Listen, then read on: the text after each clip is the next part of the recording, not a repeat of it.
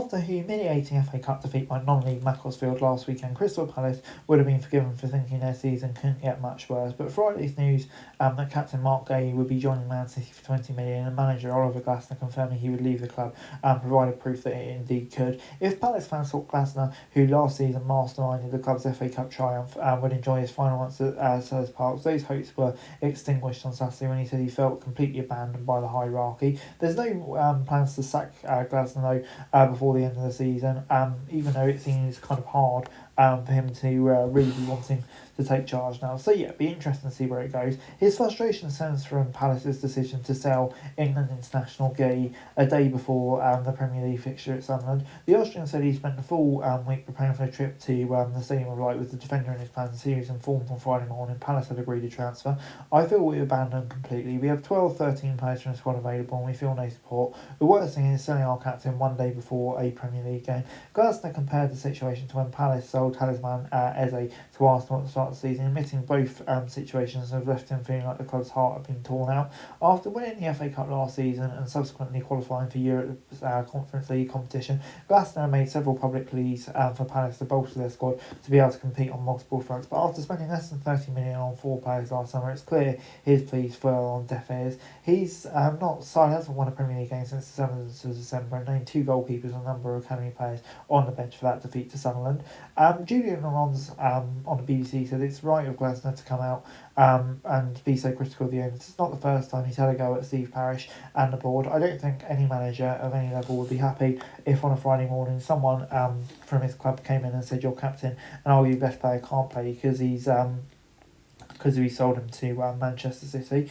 The problem is not so much that Eze and Goey have gone, they've not been replaced. Palace in this league will be the feeder club for the bigger clubs. In the summer, Parish spoke about the difficulties of denying Gay a 35 million transfer to Liverpool. At the halfway stage of the season, Palace are out of both cup competitions despite having won just one of their past 8 Premier League games. In the Conference League, they face a 2-legged playoff tie next month.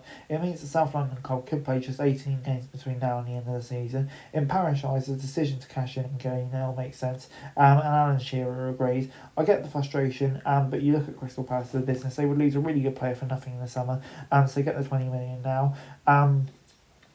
Connor Cody also agreed with that, saying Palace have to sell him. Palace not Man City. Playing in Europe as a smaller club with a small squad, you've just got to get on with it. It's not the first time Palace has sold a highly sought after player with Michael Elise, Wilfried Zaha, Yannick Bolasie and of course Eze all departing for hefty fees. The evolution of football clubs is that unfortunately your best players move on to better clubs. They're competing in the Champions League and European football, said Steph Walton. You've got Walton, Mateta, who could still be major names that get moved. Ned Manila said, in today's world, you just got to be Palace's identity. They will sign younger players and look to sell the others. Glasner's done an incredible job, but maybe it's not the way Palace operate. Is Glasner in the wrong for expecting that when in reality that's the club who they are? If there was ever an example of a manager appearing to actively seek a sack, then yeah, you kind of need to look no further than Glasner.